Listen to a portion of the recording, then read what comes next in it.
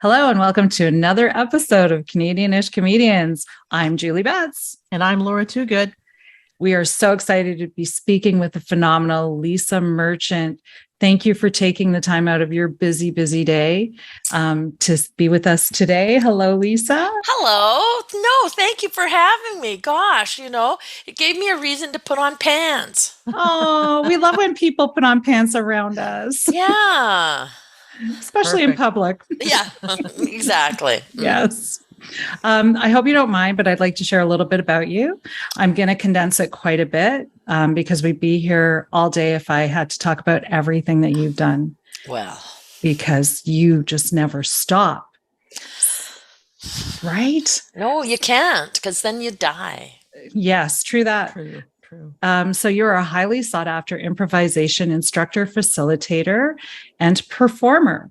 You've been studying, performing, and teaching the art of improvisation for 35 years. Like, were you 5 when you started? Oh, Julie, I was. I think you were. You're a multiple nominee and winner of 4 Canadian Comedy Awards, 3 for Best Female Improvisor and an ensemble for Monkey Toast. You were a cast member of the Gemini nominated Joe Blow Show. You appeared on many other shows, just to mention a few: Murdoch Mysteries, Private Eyes, American Gods, Degrassi XV, because English is my first language, and Train 48. So awesome. Nice. You were the platinum winner of the Toronto Star Readers' Choice Award for the category of Best Theatre Instructor in 2019. And 2020. Who knew? Look at you go. You were awarded the 2019 Frank McAnulty Award for Faculty Instructor at the Second City. And with my little buddy, Marcel St. Pierre, you won the 2019 World's Biggest Improv Tournament, surviving 126 other teams. Right? So I apologize if I've missed any other awards. I'm sure your accolades must fill rooms. Oh, yeah. That's the only reason I have a house. Yeah, I can imagine. So how old were you when you knew that you were funny? How old was I when I knew I was? You know what? I think really never. I never knew that. I think it was purely a survival mechanism. I had 3 brothers. I grew up with 3 brothers. So like it's. I tried the fight my way through it, yeah. and I was just too tiny for that. So I think the comedy comes out of somewhat darkness, right? True. So yeah, the need to survive, right? Yeah. Coping, a way to cope for sure. Absolutely. Yeah. I know that when I was a kid, like I was always the funniest in the class, just to like fit in, Yeah, So right. Exactly. It does happen. So now that you're older, does your family think that you're funny? Oh, yeah. They've always found me delightful. And I sound like I'm joking, but no, they were always like, when I said to my mom, I'd always been thinking about acting, stuff like that, but I think I was a little bit chicken. I didn't really know, like how to pursue that or what that meant or whatever. And I remember, like, I'd moved out to Toronto just for no particular reason. A friend was coming out here as well. And then there was a point where I was like, maybe I'm gonna try this acting thing, because I have to find out, because then if I'm terrible, then good, I can move on. I can go to the next thing rather than wondering. And I called my mom and I told her, I said, Mom, I'm going to pursue acting. She was like, well, finally. Right? Like that. She knew before me, right? That she was like, of course. Right. Wow. So yeah, so incredibly supportive. And my brothers always, yes, found me very funny. You're so lucky that they were that way, because a lot of parents be like, what are you talking about? You're not going to get into acting or comedy or anything like that, right? Yeah, no, So, no. There's a lot of people, right, who, yeah, their parents don't understand, or Yeah. the pressure to you, but you've got to get a real job and all that. mhm. But my mother was, she was a painter, she was an artist, and she also taught yoga. And like this was long before any of these things were like cool or whatever. Mhm. Right, right. And so I think she already had an appreciation for the arts. So it was like whatever makes you happy, that's what you want to do. Oh, so Yeah. sweet. Yeah. Yeah, Yeah. yeah. No, she was a good lady. Oh, That's awesome. Yeah. Yeah. So Lisa, you've traveled the world with your comedy. I've traveled the world. the world. Well, if the world is like Canada, the States, and England, yes, yes, yes. Okay. And you've That's a pretty big part of the world. Yeah, it's not well, bad. okay, and you've recently returned from gallivanting around Europe. It's true. Was there much comedy in Italy, or was it all just a tragedy? Well, oh my gosh. Well, um, I that's it's a layered question, I guess, or maybe I have a layered answer. Well, what I find of the little bit I know, like, you can be an outsider and make observations, and you go, oh, of course, the theater is important. But when you actually spend some time with Italians, you understand how important theater is. Like, the arts are much more ingrained in their culture. Like, we're still kind of babies about that stuff. But just even like the comedian Toto, right? Is like renowned in certainly in Naples. Like, oh my gosh, there's always like there'll be commedia stuff, like souvenirs, and then there's always Toto, and because he's so revered. Well, he was a Mhm. comedian. Like, I don't know. Like, I don't know anybody in Canada that's kind of revered in the same way, to the same depth. Wow. Yeah. So yeah, so I just always felt like I felt quite happy to tell people what I did, Italians, because at first I thought, oh, are they going to just say, oh yeah, great, the North America, oh, you're an actor. But they were like, oh my God, like, Yeah. just very, very accepting and like impressed, like, and I'm like, I'm not used to this. That's sad. That's so It is. sad. It We is. Well, need to fix that in Canada. yeah, I agree. I mean, many have tried. If you two Mhm. can figure it out, then you know, all the power to you. That is part of our mission, to get word out there and to showcase all of these amazing Canadian talents. And I you're right at the like I like it. I like it. yeah, you're at the top of our list there, my Ah, friend. that's So kind. And yay. I was in London as well, and they definitely, I mean, they definitely have an improv scene, but stand up kind of rules over there. Mhm. Okay. You know? Yeah. Yeah. Yeah, but yeah, really really fun. I taught some classes and I did a couple of shows, and yeah, really great. And the audiences are there, and yeah, so it's fun. It's fun to go somewhere else and be out of your comfort zone, and have that experience, and just kind of like, not, I don't know, I was going to say, not rely on whatever is familiar for you at home, but Mhm. like, you can't. And like, I don't know, I didn't know any of the people in the audience, so it was just like, okay, well, we'll Yeah. see how this goes, right? So how did the classes go? Like, it was a workshop or something? And Yeah, I and did two intensives. where was it? It was at the Angel Comedy in London. Okay. And yeah, the people were great. I mean, I have to say, the students I've had when I've taught in England are like, their reference level is like Oh, other cool. level. Yeah, I don't know. Must be the education system or something, but they're they just have a whole wide reference level that I Wow. don't think. Well, I certainly don't have. I'm not going to speak for Yeah. all Canadians. Do you find that their humor was much different than what it is in Canada? Like things that, because typically we think of the Brits as being a little bit more dry. Yeah. Right? Yeah.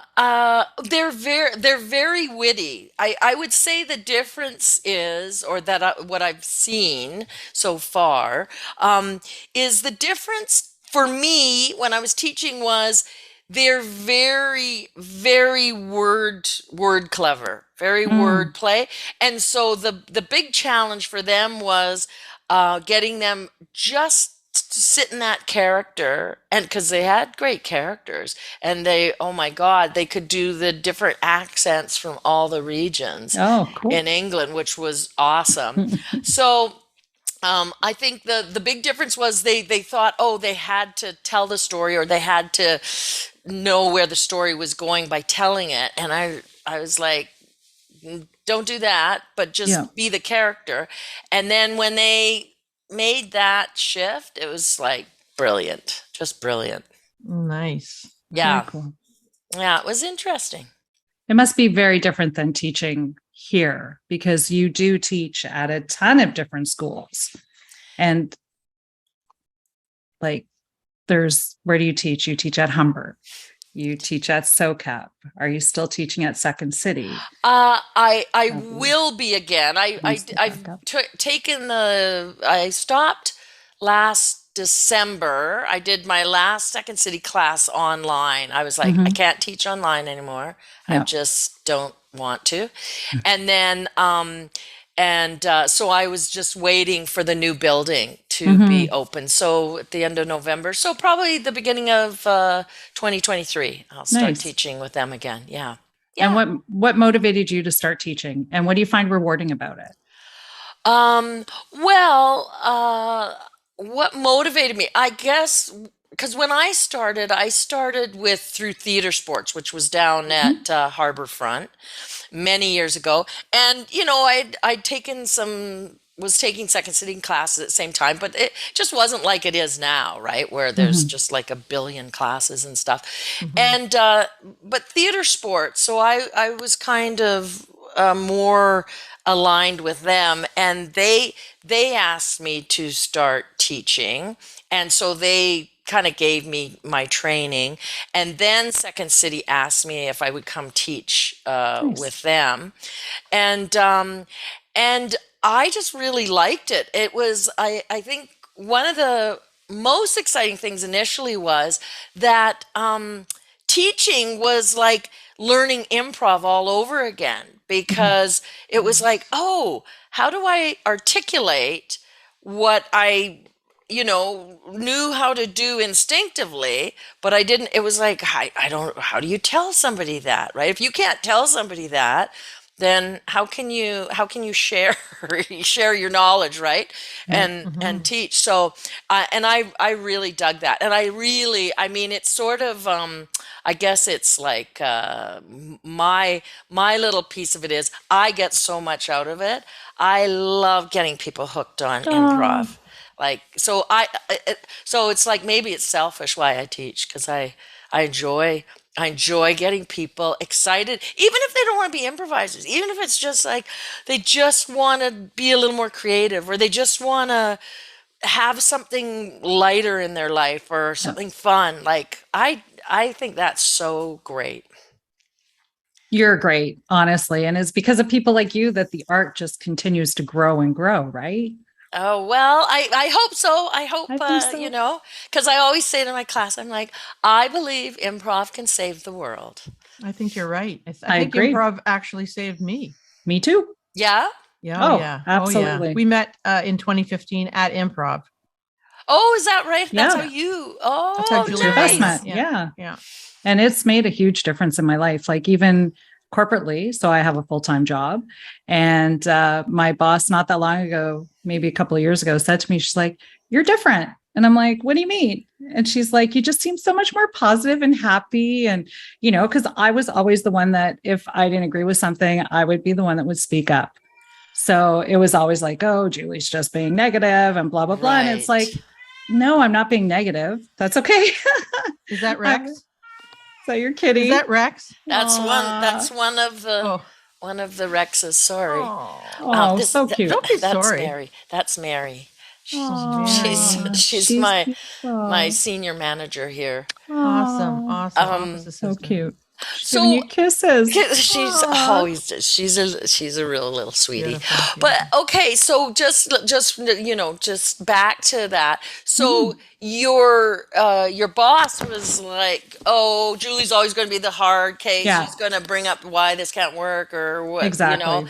And then this change happens. Yep, because improv, it taught me how to reframe things and come at everything in a more positive way. Yes. And yes, I agree. That's a great plan. Maybe we should explore doing some of these additional things on top of that plan or whatever. And Yeah. it makes a huge difference. Yeah. Huge. It's it really does, like it's just just that shift, right? Because and that's the toughest shift, and I really think is that idea of like acknowledging what someone said and contributing Mhm. to it, right, rather than just going the quick shutdown, Yeah. right? Like we like stuff that's fast and easy, and this isn't initially. It's like it's practice. It's like yoga. You Yeah. don't get flexible in one class, True. Very true. I'm laughing because I'm thinking of when I did yoga. It was not a fun class. No, I hate yoga. But anyways, my mom, she would, if we wanted to watch TV, you had to be doing yoga. Oh, wow. And it was just like, well, if you're gonna, rot your brain, then Yeah. you got to be doing something good. And it was like, yeah. And I was like, I remember one time watching this awful. We only had 2 channels, like the pickings were slim, and I'm like doing something, and I was like, "There's no TV. I want to watch this bad." Oh. And I got up, and I'm like, "I'm done." And that was it. I was like, now, of course, now I think, oh, how flexible would I be if I was still doing yoga? Kept it up. Well, you're flexible. Lisa, you're flexible, but in a different way. That's Yes. right. Very true. See? Very true. Nicely said, Laura. Nicely said. Oh, you're so cute, Laura. So I guess when you're at Osgoode, York University's Osgoode Law Department, I can only imagine how much all those young budding lawyers must love presentations from you. Well, yeah, it's really, well, lawyers, right? Because sometimes they can be real stuck in their, Rigid. Yeah. because that's kind of, I guess what the legal world requires to some degree, but then it's very interesting because they'll one of the courses that I kind of have been doing regularly with them is it's for lawyers. They have to have so many hours of CP whatever. It's some sort of like I know. This is just so what's cute. happening. This is just what happens. Mama. And so they have to have X amount of like whatever kind of I don't know, extracurricular stuff, right? So anyways, so they choose to come to this improv class because there's something that intrigues them about it. And it's really interesting because at least they're there because they chose to be there. And so for the most part, it's not like I've done corporates where it's a room full of lawyers, and that's brutal because they didn't choose to be there. They have to be there. And so then you get a lot of pushback. But I find like with Osgoode, it's like the people are just, and you would think it would be a lot of young people, but it's not. It's also a lot of people who've been around for a while, which I think that's amazing, right? Because I can imagine if you're used to being the smartest person in the room, that it's like, what? You want me to do what? But they really seem to appreciate and dig the concepts of like how those shifts, like what you were talking about, just that, hey, what if I didn't right away shut that down? What if I entertained, like built the relationship instead of, worrying about I got to tell you why that's not going to work. Yeah. And then you've ruined the relationship. Yeah, Mhm. yeah. You know? I So, think yeah. it changes the dynamic in the courtroom too. Like it gives them a whole different way of it's not exactly what I wanted to say because I think that's what you said, but Like relating to people, right? relating to people, but just giving them a little more freedom with their heads. Yeah, I can't remember exactly what I was going to say. I was formulating it in my head, and I think you said part of it. You said part of it. It allows, I think it allows, well, what they find, because there was another kind of area that they had brought me in for, that I would come in for like an afternoon, and which was dispute resolution, where it's like you have to come to some sort of agreement. Well, if both parties are going, no, no, and that you, right, just like an improv scene, I'm going to one up you, I'm one upping you, there's going to be a point where it's like, and There's nowhere to go. there's nowhere to go, exactly. Blocking, yeah. So then it's like, okay, hey, well, what if I actually listen to what you say and go, that's interesting, maybe we can, explore that further. All of a sudden, a shift happens, and they start getting things done, and that's what, like, the people that would bring me in, they really got it, like, and that's what they loved about it. It was just like, people got to start communicating, and stop just digging their heels in. Yeah. It's almost like they should be teaching it in high school. Like it would be such a valuable course, because I think they do. I think there's a lot of, way more. Like when like the kids at Humber, there's not too many that have not heard of improv or have not done improv or had an opportunity to. Now, whether they took it or not, that's another thing. But it seems like the younger people coming up, that they have more access to it. Because of the theater arts departments in this high schools. I don't know if they still have them, but when I was growing up, they did. And I think that's probably a place that they would probably have been exposed to it. Yeah, and then I think there's professional development, right? Because we would go. There's been times like I've gone to teach a bunch of teachers, like, and it's not just theater teachers; it's like science teachers, math teachers, who wanted to, or we were presenting, how you could use improv even like before you start doing your science experiment, just to get the kids all in the room and just present, and they might play a quick game, right? Nice. And so I think people are like using it in different ways rather than it having to be a performative thing. That's amazing. I know that, like, my son did heating and air conditioning, HVAC, at Fleming, and one of his electives that he chose was improv. Oh, cool. And I, at that point, had been doing it for like 5 or 6 years. And he comes home one day during one of his breaks, and he's like, "Yeah, I'm doing this improv class. Like, I really see why you like it now, Mom." And I'm like, "Well, thanks for finally recognizing that something that I do isn't like total garbage, like waste of time. Lame." Yeah. Oh, that's so funny. I had that reminds me of this. It stands out because it was so sweet.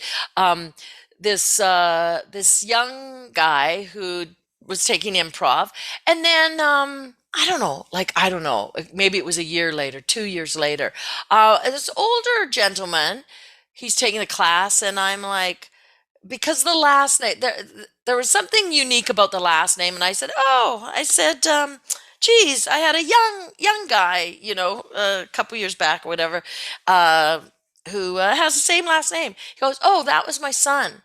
And I said, "Oh, really?" And I said, "Oh," and this guy did not look like somebody who in any way would want to take improv.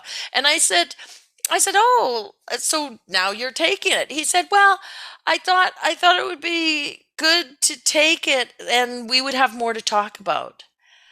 Nice. And I was like, I said, "You're like brilliant. Like, what a guy, right?" Yeah.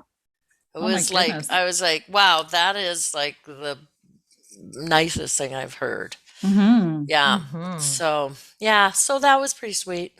Nice. So there you go. Your son was like appreciating. Yep. It only took him 24 years. Well, but it happened. It did. You do a fair number of corporate gigs, is that correct? I do, yeah. How did you start doing that? And are there any funny stories that ever came out of doing those? Funny? I don't know. Well, you know what? Yes, of course. There are. How did I get? You know what? It's just one of those things. Just like, along the way, like I used to work with a group. We formed a group years ago called the Chumps, and we used to do Star Trek live on stage, and so then people and the reason we did that to try to get people to come to the theater to see improv, because people didn't know what improv was at that point. They kept thinking it was stand up.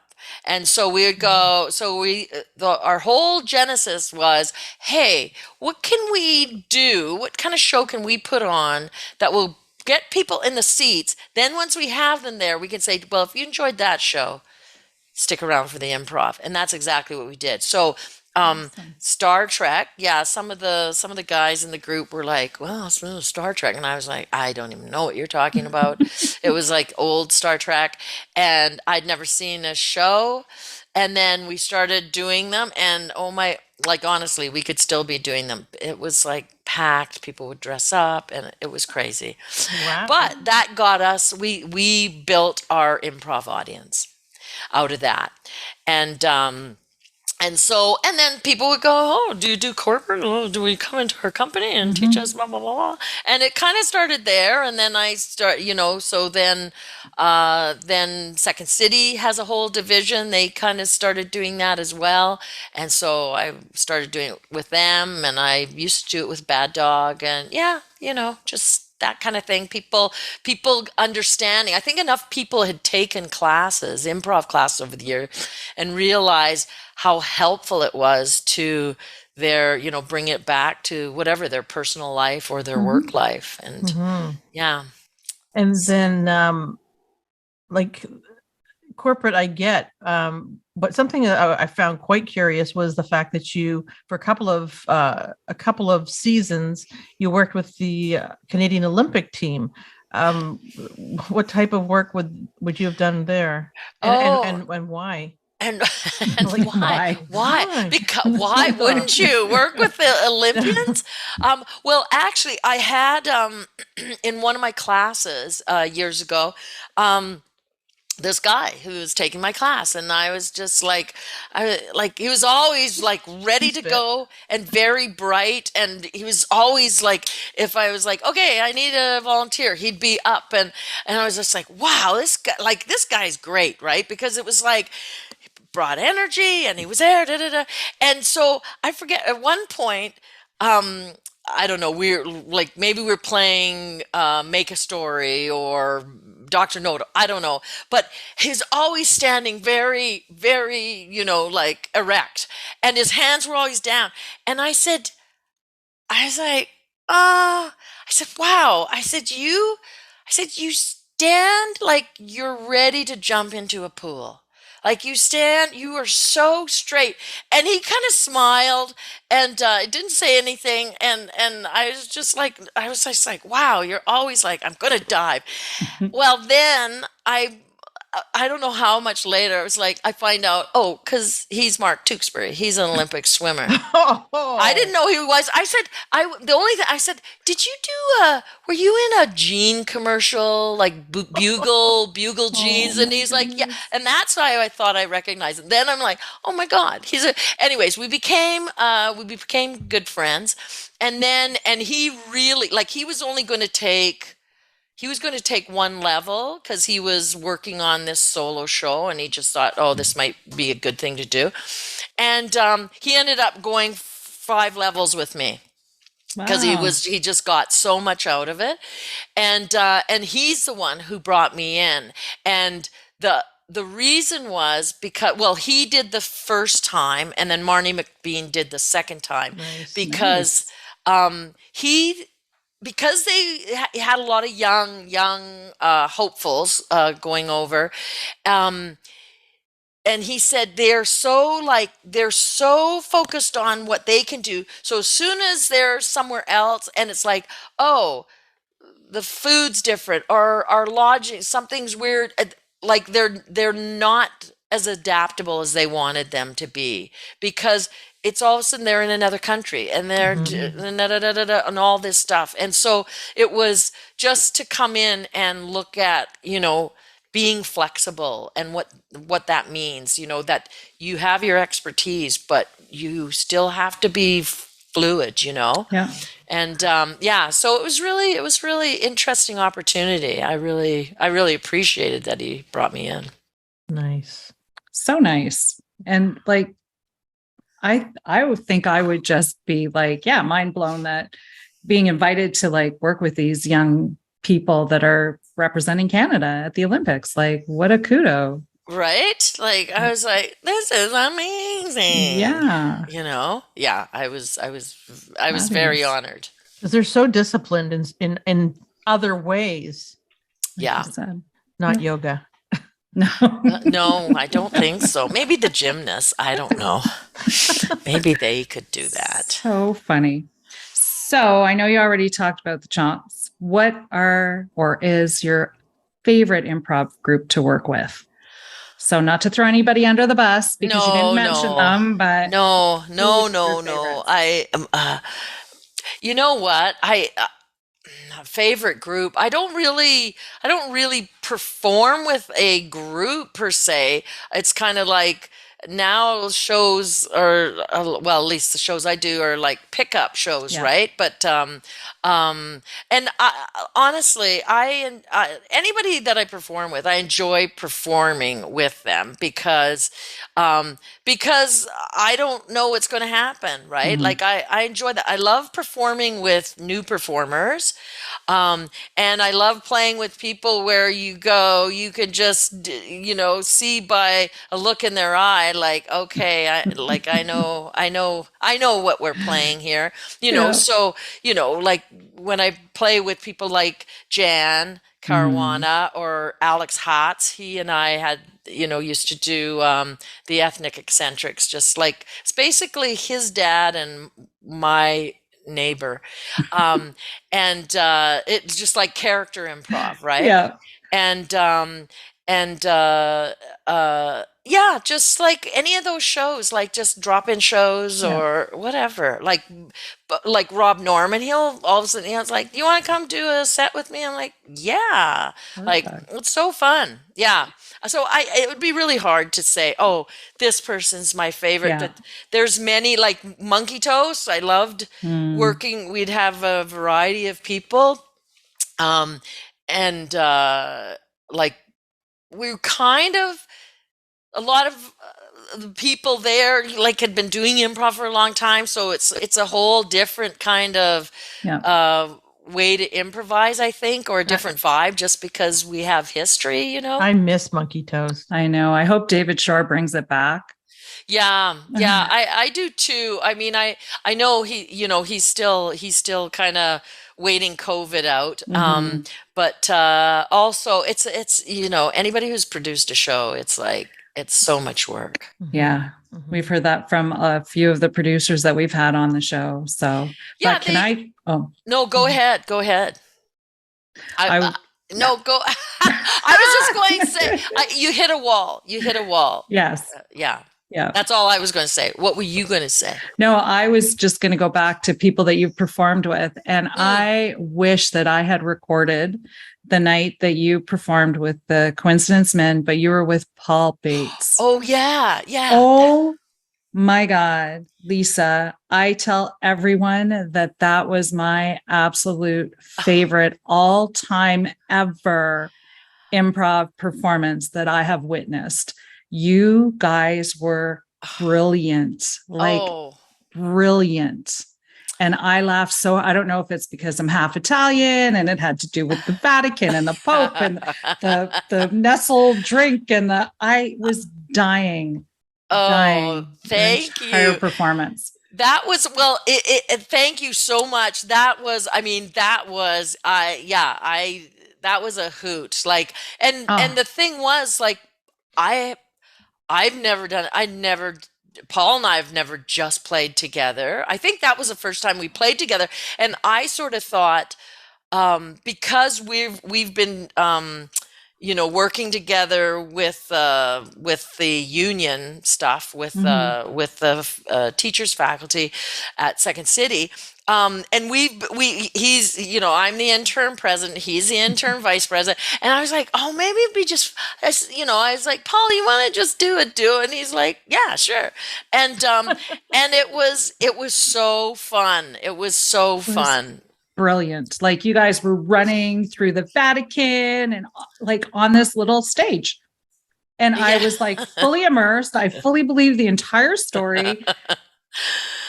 I was like, Julie's pretty gullible. Yeah, well, thank goodness.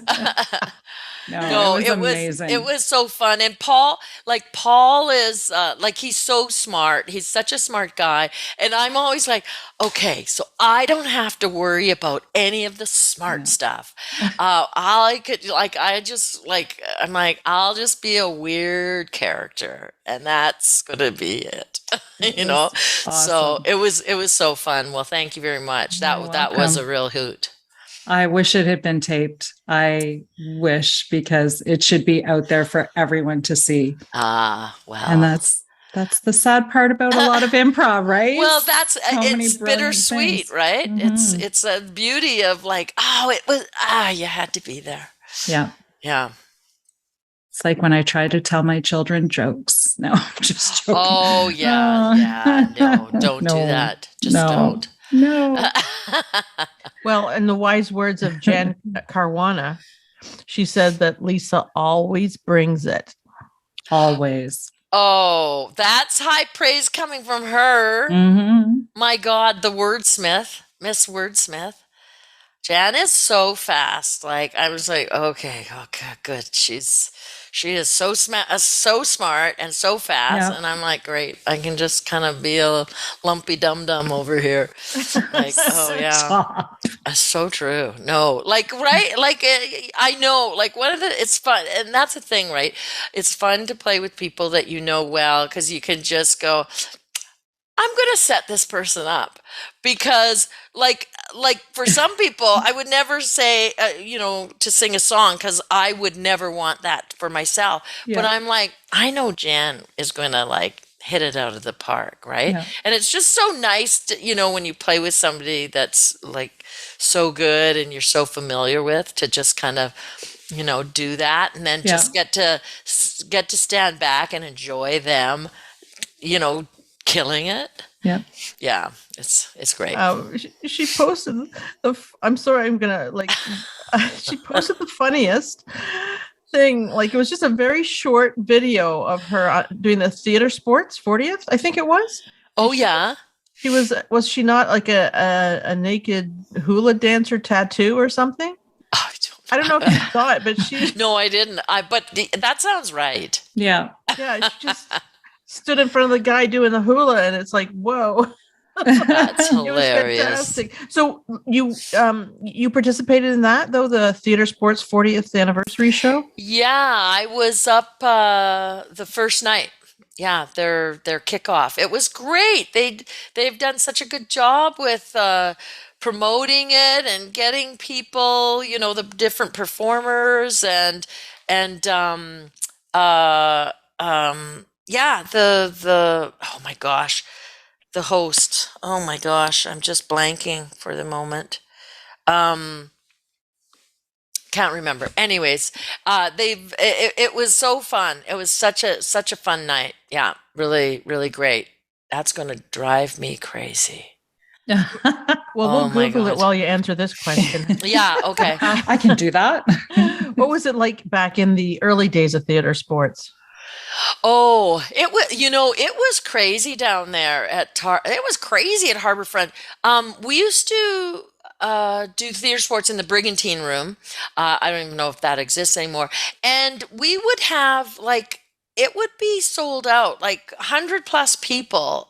Every Wednesday night, and in Wow. those days, yeah, it was crazy. Like it had such a following, and in those days, right, there was no musical improviser. It would be somebody sitting there with tapes, cassette tapes, putting in little sound effects or Cool. music or whatever.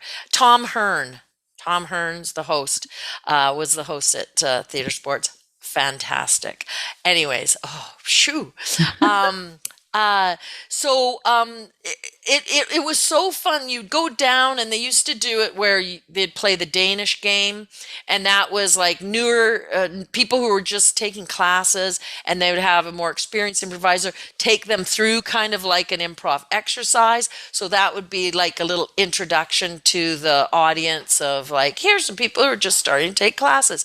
Then they had like two halves, and it was all challenges to do the games, and then they would have the judges, and they would and boo bricks. They had these foam boo bricks that said boo, and so if a judge gave a low score, the audience would whip these foam bricks that the judges Awesome. had. It was really fun. Like it was really done in the, I think in the theatrics, it was intended the way Johnstone wanted it, Keith Johnstone wanted it to be. And actually, Oakville Improv, I do stuff with Oakville Improv as well. Oh, And they run a theater sports and kind of a Nice. classic theater sports out there. Yeah, so really fun. Yeah, it was great. It was great down, and we used to do Shakespeare in the Pond. In the pond. Yeah, they have the skating rink down there by and in the harbor front. There's I don't know what the building where they do the glass blowing and all that. There's a pond out front, and so in the summertime that would just be water. And so a bunch of improvisers would be dressed as in Shakespearean costume, and they would improvise a whole in the pond. In the pond. Yeah, they'd be soaking wet doing Shakespeare in the Get pond. out. Yeah, yeah. So Very cool. yeah. Yeah, a lot of people came through theater sports there, and in fact, theater sports was kind of the training ground, was where people got their reps in before they went and auditioned for Second City. Nice. Because Second City didn't have anything at that time where you could go and practice improv. Theater sports was the only game in town. So people would go there and practice. Then the auditions would happen at Second City, and then they'd be going, oh, geez, well, yeah, where have you been? It's like down at theater sports. So, yeah. Very interesting, eh? Yeah, Sounds different like fun. trajectory. Yeah. Do you think that it was easier back then for people to get into improv than it is now, or not? No, Same? I think it's the same because Yeah. theater sports it would be like, if you show up at, I don't know, like before I think it was the same day as the show, but they would go, oh, okay, show up, and they would run a free workshop. Like, and I remember at one nice. point, yeah, it was like, that was kind of the thing. They would go, oh, are you interested in teaching? And I'd be, yes. Then I would shadow somebody who was teaching that drop-in workshop. And then you would get to eventually run that workshop. Well, I remember having like 40 people easy showing up to those drop-ins. Wow. Yeah, it was so like popular. And then yeah, I don't know what happened. It just sort of, I mean, then we had to leave there, we went somewhere else, and it just kind of lost its following. Yeah. I feel like a little bit of that happened since the pandemic, that places are just starting to really try to get back to where they were pre-pandemic, right? Yeah, I would agree. Yeah, it seems like people are like, yeah, we're back. And there's like, I'm tired. I think I'll go home. Like it's really, I've heard that a lot. Like people just kind of like this kind of feeling of like, yeah, we're going. It's like, I'm not sure if I'm ready, but I should. And yeah. Hopefully we'll get right back up to full speed soon. Well, I suspect we will. It might be in a slightly different way, which may be good, you know. Like, and maybe that's part of what this is: people figuring out, you know, what it should be, rather than just returning back, trying to recapture, right? Yeah. Yeah. What advice would you give to anyone that's wanting to start out now? Like somebody that's brand spanking new, just found out about improv and wants to give it a try. Take a class or do a drop-in. It seems like there's a million drop-ins now. And just do it without any like, oh, I've got to get through this level and I've got to, you know, and then I'm going to do this and then I'm going to end up on that stage and then I'm going to be, is like so many people. I'm just like, just be present and be there, enjoy the process rather than the, you know, the outcome sort of thing. Because I think you'll get way more out of it and the other stuff will come. Like it will come. If you put in enough play, it will come. Without any preconceived notion of what if you're checking the box of like, okay, I got through this level. Just because somebody gets through a level does not mean that they comprehend everything the way they should. Just because like many people have gone through like whatever level A to E or 1 to 5 or whatever the heck the system is. And it's like, yeah, okay, so you've done that. Now you need to go out and improvise. You need to hit the stage and keep improvising in front of an audience. And that's what's going to get you somewhere. So enjoy the process of learning and practicing these skills. Yeah, that it makes me crazy when people are like, they've got their checklist. And I get it, especially when you're young. You think, yeah, I'm going to do this, then I'm going to end up on main stage. And then, and it's just like, I hope you enjoy that. Because, you know, like if you just enjoy the class, be in the class, enjoy the people, and just, and challenge your own fears and whatever it is, and just play. Yeah. And play is so important. It really is. I think that's the single biggest thing initially. Not even initially, always. It's having a sense of play. Because if you can't play, or you don't want to play, or you're scared, then you're going to be withholding. And you're probably judgments coming in there and all that stuff. It's just like you've got, because when we're playing, we don't care if we fail. Right? It's about playing the game. It's not about who cares who wins and loses. Like it's really about the thing you remember is how fun it was to play with those people. Yeah. Yeah, totally. I'm a withholder. Are you a withholder? You know, we were at SoCap one night and I guess what was that time we went to SoCap? It was the first time, right? And we were invited to come up on stage. It was where put your name in a hat. Put your name in a hat and work with one of the improvisers, one of the three improvisers. Or people who have a little more experience or whatever. Right. Yeah. I wouldn't put my name in the hat. Why? I don't know. I think I get self-conscious. But once I'm up there, I'm fine. I just go into character and then get lost in it. But it's just that first step. Every single time. So you got to get rid of that first step. Yeah. I guess you should take a Lisa Merchant class. Yes. Sure, why not? I don't know. Whatever. Come north, Lisa. Come north. Where are you? Where the heck is north? We're like Newmarket, Keswick-y, kind of north of the city. Get a group of people together and I'll come up and teach. I would in a heartbeat. I'm going to do it. I am going to do it. I would find a venue. Oh, yeah. Easily. Whatever. Okay. We're going to talk to you. Okay. I'm excited because this Friday I'm bringing two of my friends who one saw her very first improv show the last time the Coincidence Men played. Oh, yeah. And I'm like, hey, if you want to go again, I'll bring you again. And they have a class at the beginning, like before the show. Right. With Carrie Griffith.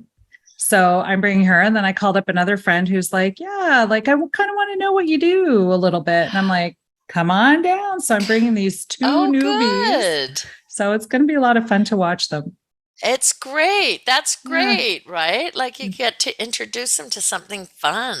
Exactly. But we're definitely going to bring you up here. We have to make this happen. Oh yeah, so. that's an easy Newmarket, Keswick. Yeah, if Herbie can make it to Newmarket, at least she can. Oh Jesus, I've gone to Thunder Bay with Herbie. No pressure. Yeah, no problem. Oh, if Herbie can do it, I can do it. You can do it. Yeah, that's great. Sure. So, what are you currently working on? Is there anything that you'd like to promote that you have going on? I have like one-off shows coming up, like what do I got? I got up in Lindsay, I think this Saturday for some Halloween something or rather show. It's at the Globus Theatre with there's a group out of Peterborough, Linda Cash and company. They're called Cluster Fork. So they're having they're putting a show on up there. So I think it's me, Jan, Sandy Jobin Bevins, and Pat McKenna and Linda Cash. Team. Yeah. Nice. Yeah. So doing that. And then I did Party Hard Party last night, which was really fun. And what else do I have? Oh, Squad Goals. Squad Goals is coming up. Nice. Yeah. Those kind of shows, those one-offs where you go, it's here, but this won't be out. It'll be out after this. I know it might be, but yeah. But you must post it somewhere, no? No. If people send me it via Instagram or something, then I'll share it. But I'm no longer. I had my producing days, and then I stopped producing, and I'm like, I'm done. Much more fun to play than to produce. Much more fun to play. Yeah, absolutely. That's awesome. So Instagram is the best way for people to contact you? I guess so, or my website. I have a website. Awesome. It's not updated very often, but it's there. It sits there. LisaMerchant.com? LisaMerchant.com. Perfect. Yeah. We'll be sure to put that in the show notes. Yeah. Put that in the show notes. Put that in your pipe. Yes. Where did you first hear that term? Put that in your pipe? I don't know. And smoke it. I'll tell you where I first heard it. Where? On MASH.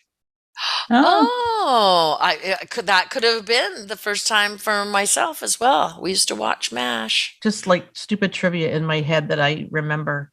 Yeah, we call her Ray, like from Rain Man. Oh, very good. Yeah, very good. She just remembers everything. Oh, yeah. So put that in your pipe and put that in your pipe and smoke it. Exactly. That's good. It's good to have those friends that remember everything. I remember nothing. Me too. Yes, you do. Come on. That's what callbacks are for. Oh, well, short term. Possibly. Sometimes.